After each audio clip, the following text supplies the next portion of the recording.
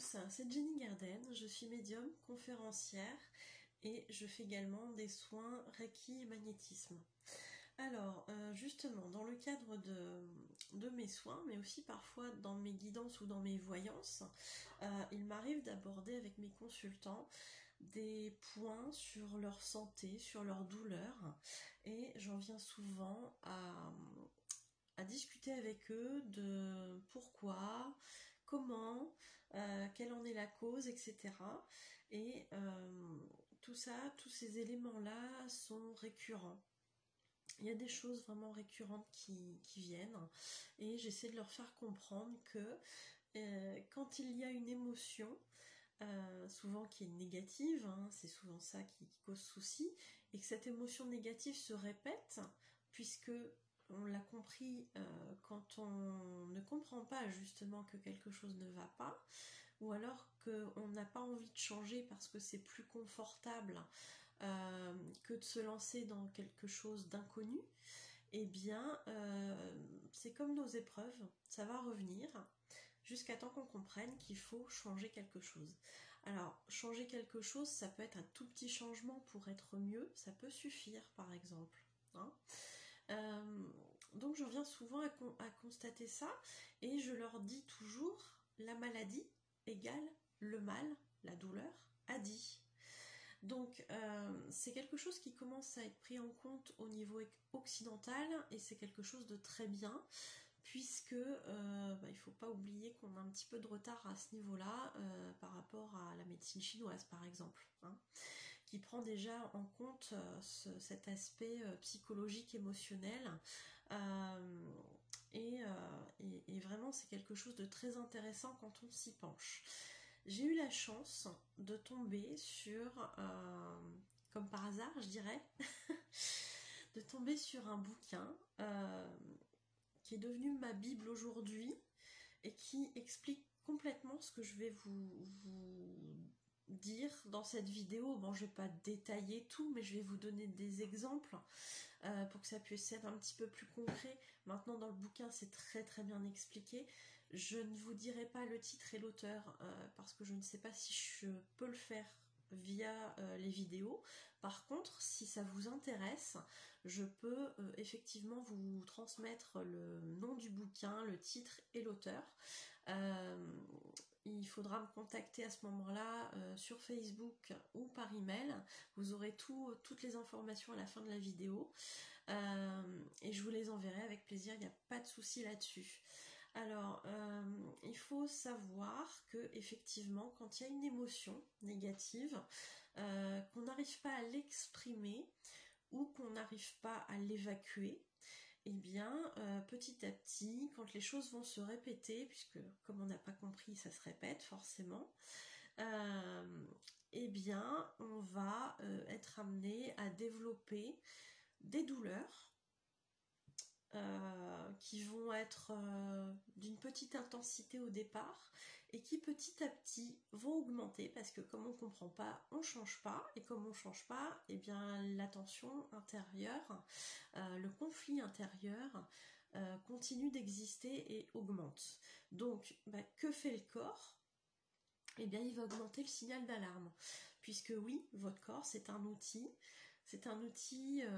qui va vous permettre de déceler tout ce qui ne va pas dans votre vie, en tout cas tout ce qui vous pose souci, en fonction de votre croyance, en fonction de vos souhaits de vie, de vos aspirations, de ce que vous pensez,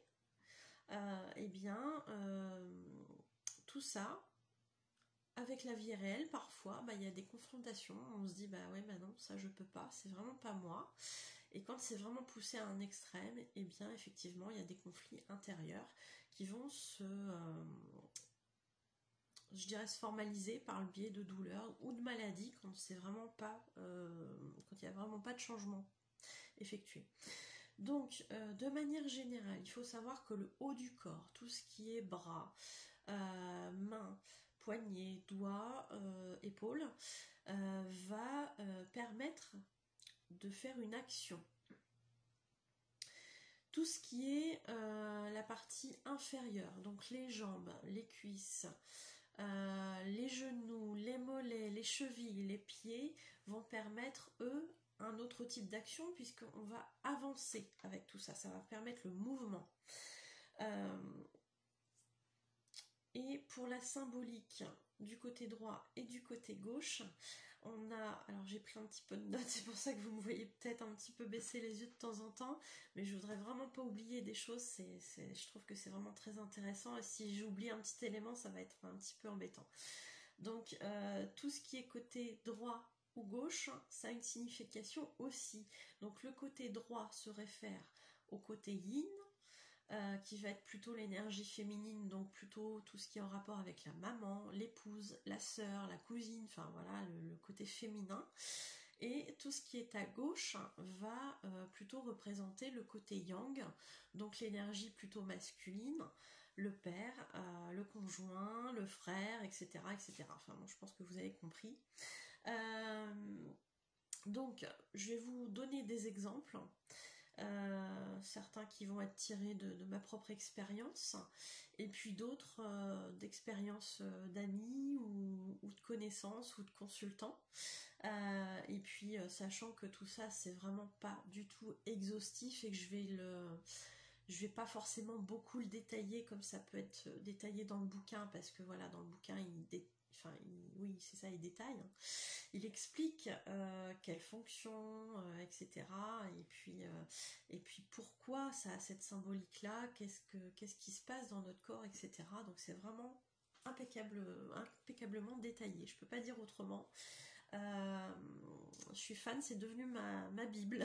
Voilà. Et dès qu'il y a quelqu'un qui me parle d'une douleur, je lui dis attends, je vais aller voir, mais je crois que ça c'est ça. Et oui, effectivement, à force de tomber toujours sur les mêmes problématiques, on finit par retenir. Donc, en 2017, je me suis cassé la figure sur... voilà, j'ai fait une chute dans les escaliers. Et comme j'aime bien faire les choses totalement, j'ai eu une entorse du genou et de l'épaule. Donc, si on part sur la symbolique, l'épaule, c'est le fardeau, c'est tout ce qu'on porte, tout ce qu'on a l'impression de devoir porter aussi, donc que ce soit des situations, des personnes, et c'est ce qui nous pèse vraiment dans notre quotidien. Voilà, on va dire ça comme ça. Il faut aussi savoir que l'épaule permet de passer à l'action. Donc à l'époque où je suis tombée, où j'ai fait cette entorse de l'épaule, j'étais dans une situation un peu compliquée au sens où j'étais dans un burn-out, et j'avais bien conscience qu'il fallait que je procède à des changements, mais je ne savais pas comment, donc du coup je ne prenais pas de décision, et je ne passais du coup pas à l'action non plus. Donc tout ça me pesait énormément, ce qui a déclenché du coup cette chute. Alors vous allez dire je ne l'ai pas fait exprès, mais le corps s'arrange pour nous faire comprendre toujours ce qui ne va pas. Le genou, eh bien tout simplement c'est ce qui nous permet de plier, de se soumettre et finalement d'accepter certaines choses. Donc effectivement dans ce que je vivais, j'étais pas du tout en accord. Il y avait des valeurs qui étaient importantes pour moi que je ne retrouvais pas par exemple sur mon lieu de travail. Alors je dis pas que c'est moi qui avais raison et que eux avaient tort, c'est pas du tout ça. C'est juste que moi je me sentais en conflit intérieurement parce que c'était pas la façon dont moi je voyais les choses, et du coup ça me mettait extrêmement en tension au niveau intérieur, au niveau émotionnel, et voilà, jusqu'à cette fameuse chute qui a du coup déclenché une entorse de l'épaule et une entorse du genou. Voilà. Donc ça c'est pour mon exemple perso.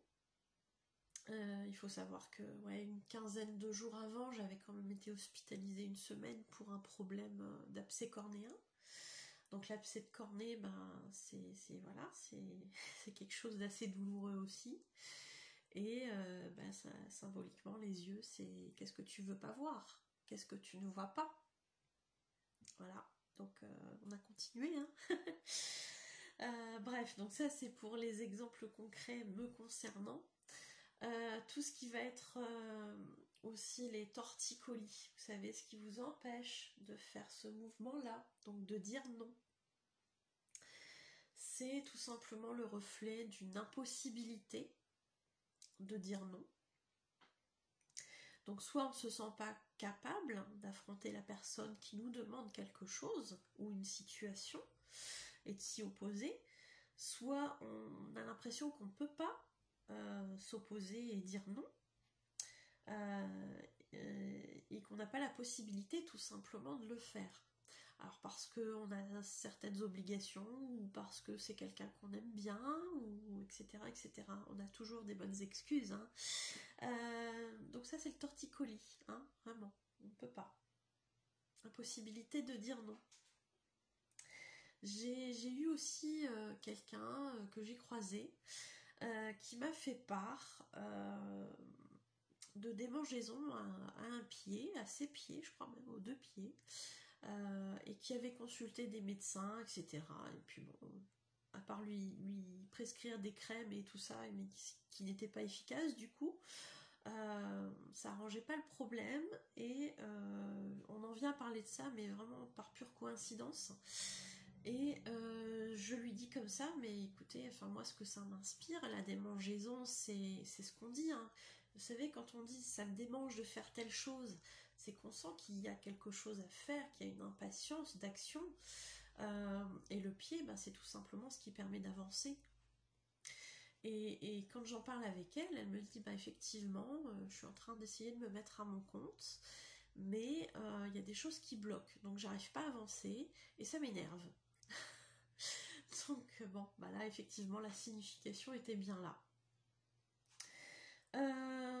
Par rapport au dos, il y a beaucoup de gens qui souffrent du dos. Alors quand on parle de dos, il y a plusieurs endroits au niveau du dos.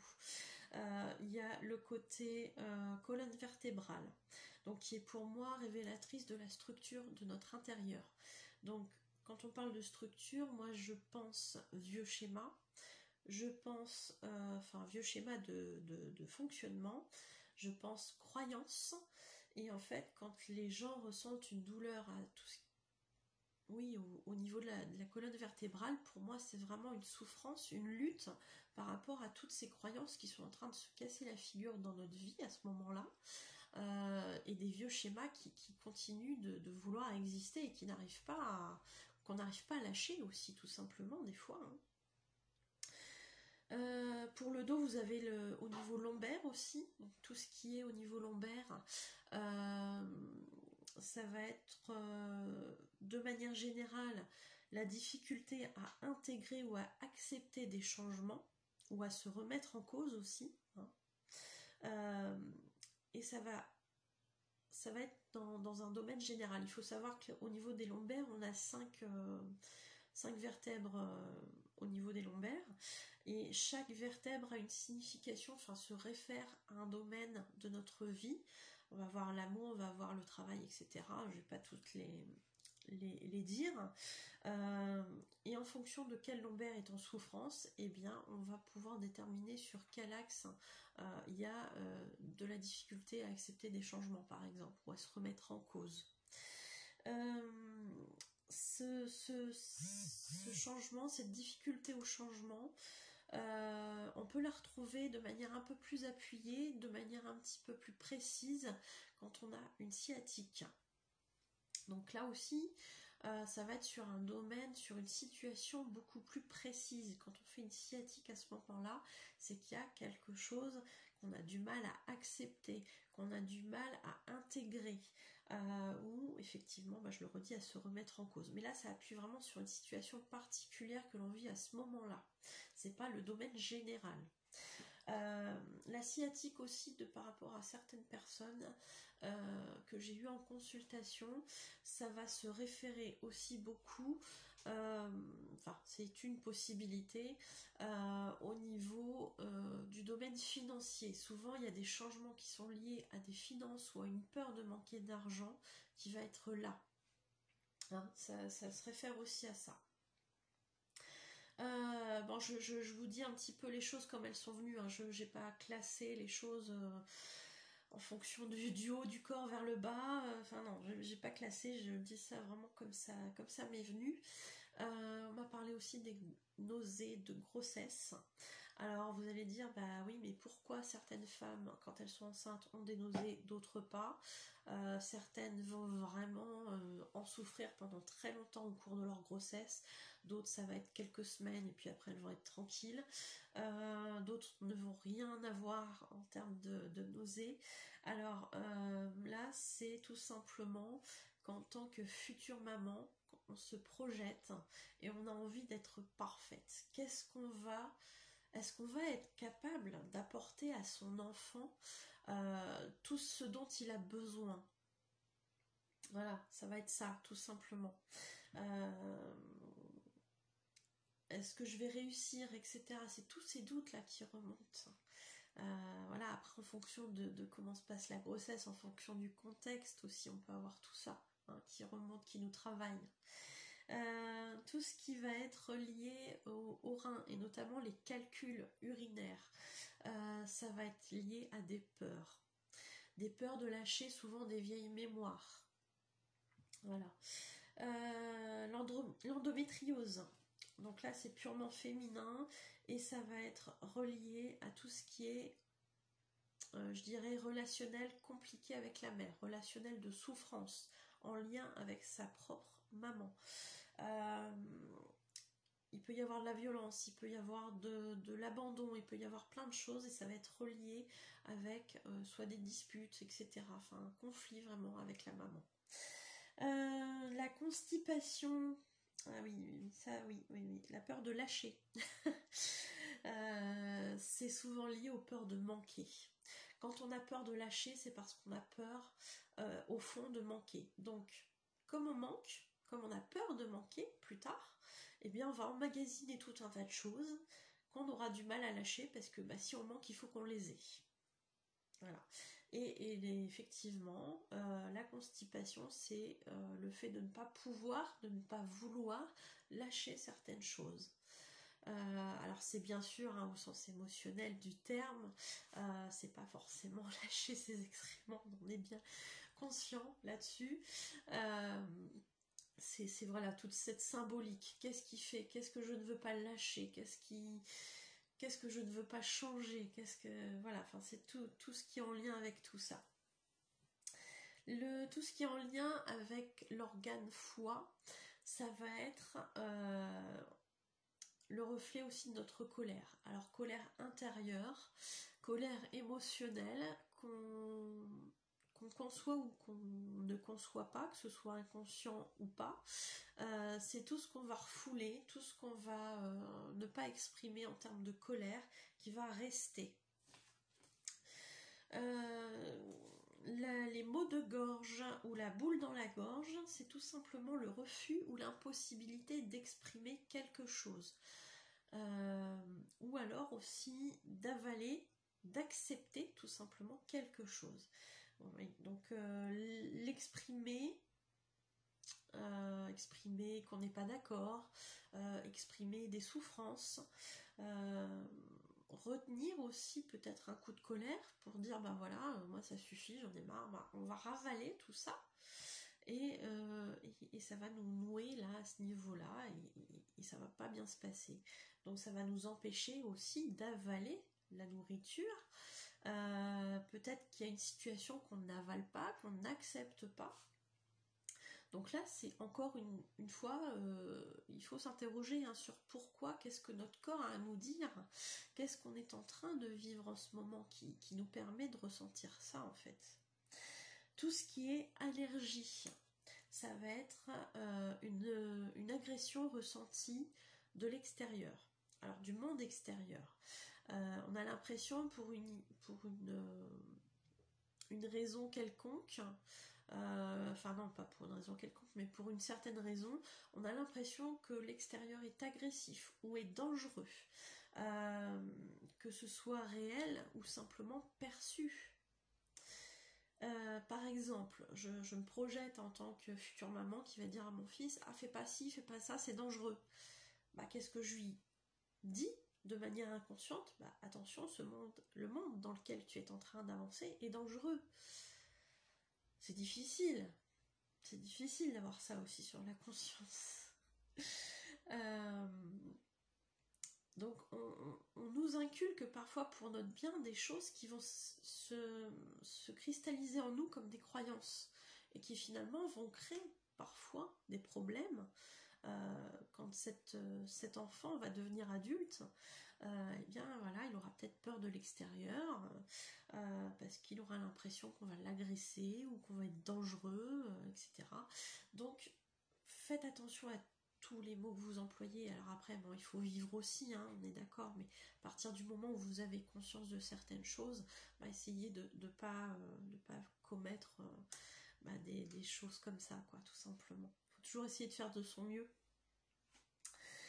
Les oreilles, je pense aux otites, les douleurs qu'on perçoit dans l'oreille, quand on n'est pas en capacité d'entendre quelque chose parce que ça nous plaît pas ou parce que ça nous fait souffrir ou parce qu'on ne veut pas entendre certaines choses.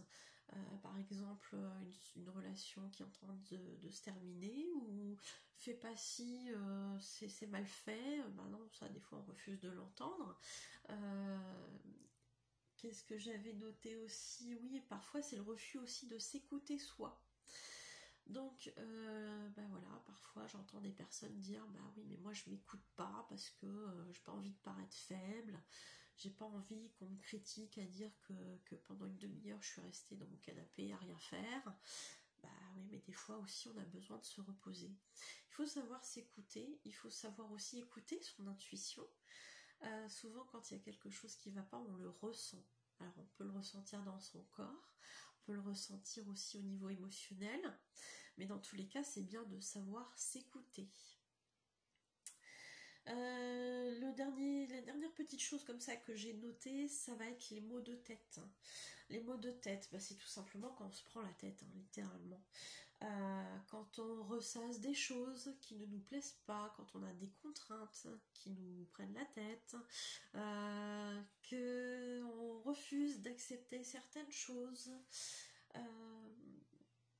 qu'on a des personnes qui en face de nous ont certaines idées, qu'on n'est pas d'accord avec ça, voilà, vraiment des choses à accepter, des choses qu'on ressasse, etc. Tout ça, ça va rester, ça va être perçu comme une charge mentale.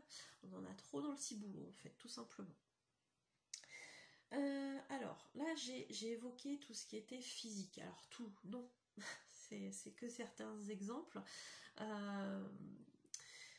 Il y a énormément de maux, il y a énormément de maladies, il y a énormément de situations qui peuvent faire qu'on a des tensions corporelles.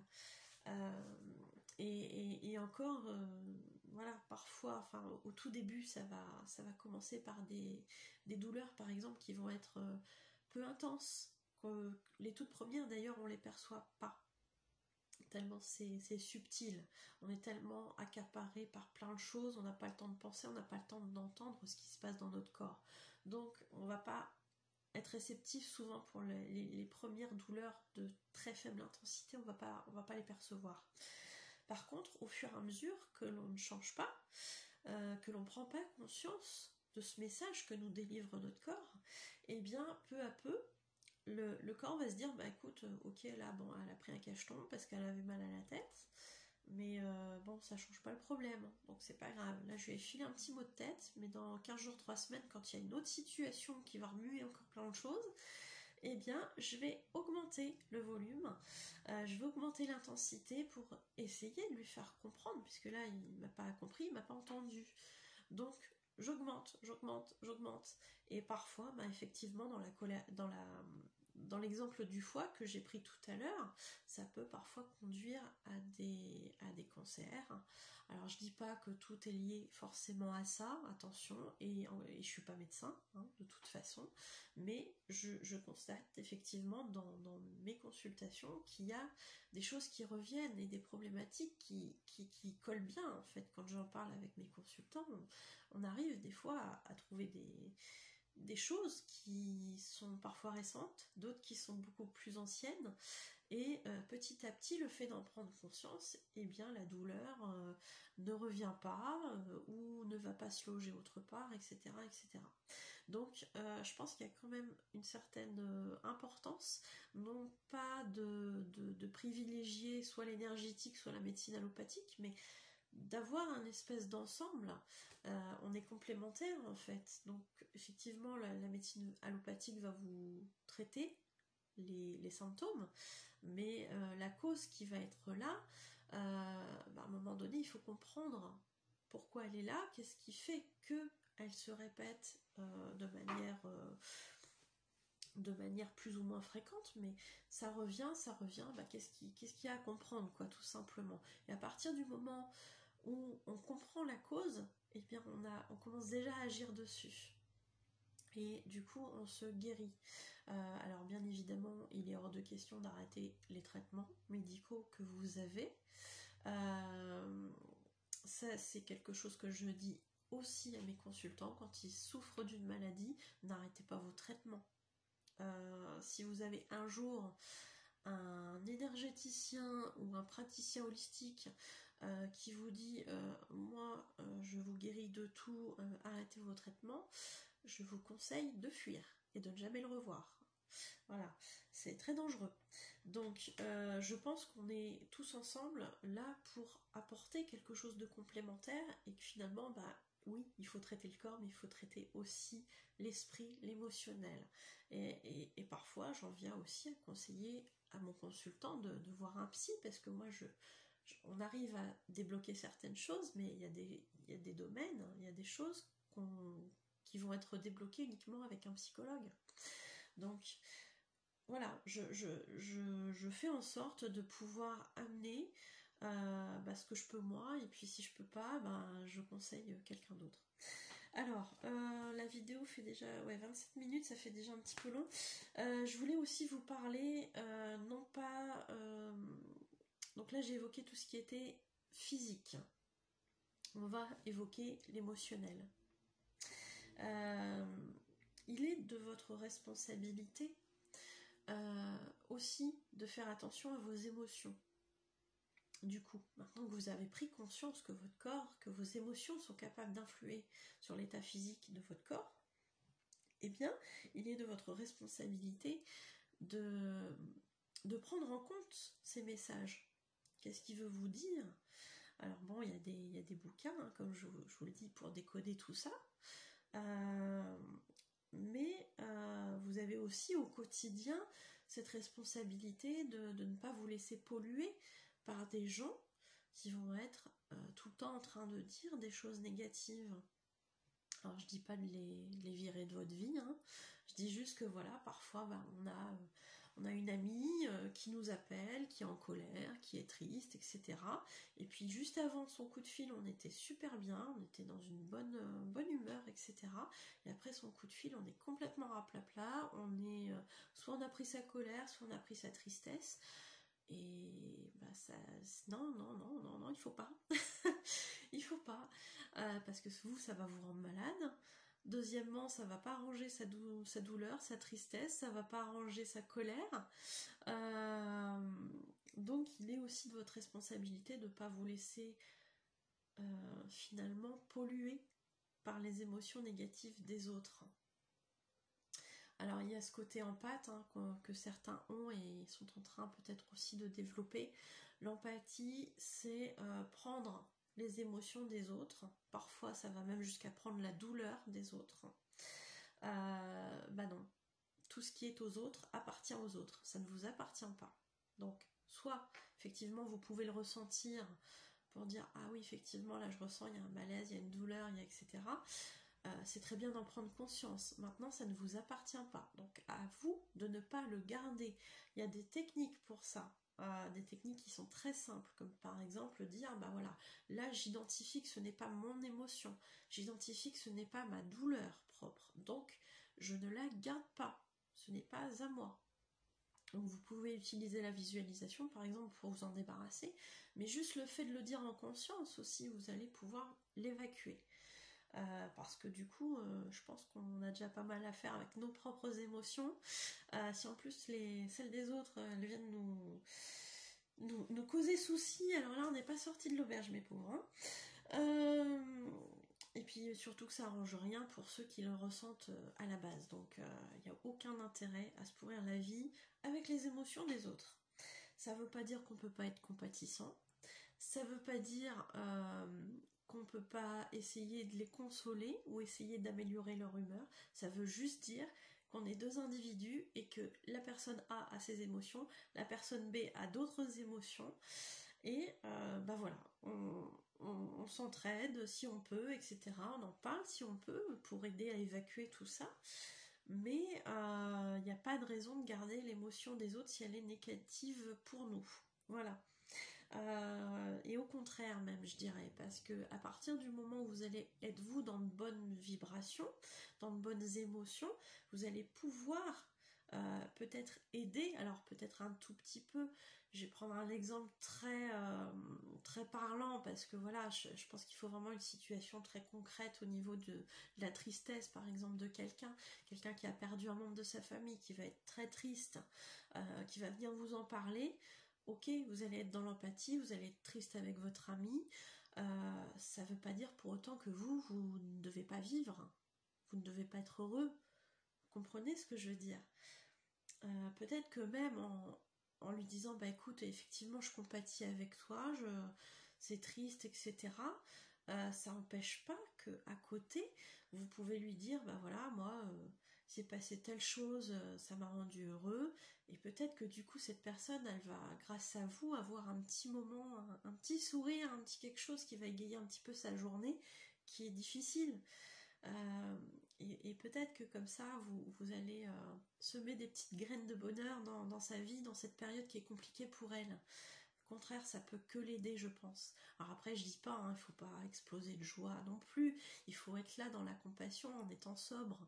Mais vous pouvez malgré tout aider les personnes comme ça. C'est des petites choses, voilà, toutes simples. Mais voilà, vous êtes en aucun cas responsable des autres, de leurs émotions, de leurs réactions, de leurs actes, etc., etc. Voilà, vous êtes responsable de vous-même, c'est déjà une grande affaire, une grande affaire, effectivement, de s'occuper de soi et de ses propres émotions, c'est déjà très très bien. Voilà, bah écoutez, j'espère vous avoir aidé là-dessus. J'espère vous avoir donné quelques tuyaux. J'espère que ça va vous faire prendre conscience de certaines choses. Mais si déjà vous avez cliqué sur cette vidéo, c'est que vous avez déjà conscience qu'il y a quelque chose qui se passe au niveau des émotions qui peut se traduire dans le corps et causer parfois certaines douleurs, voire même plus. Donc c'est déjà super d'avoir conscience de ça. Continuer dans ce chemin, c'est quelque chose de passionnant. Voilà, c'est formidable. Je pense qu'avoir fait le tour de ce que je voulais vous dire dans cette vidéo. Je suis toujours dispo pour des guidances, pour des voyances, pour des soins type Reiki, magnétisme.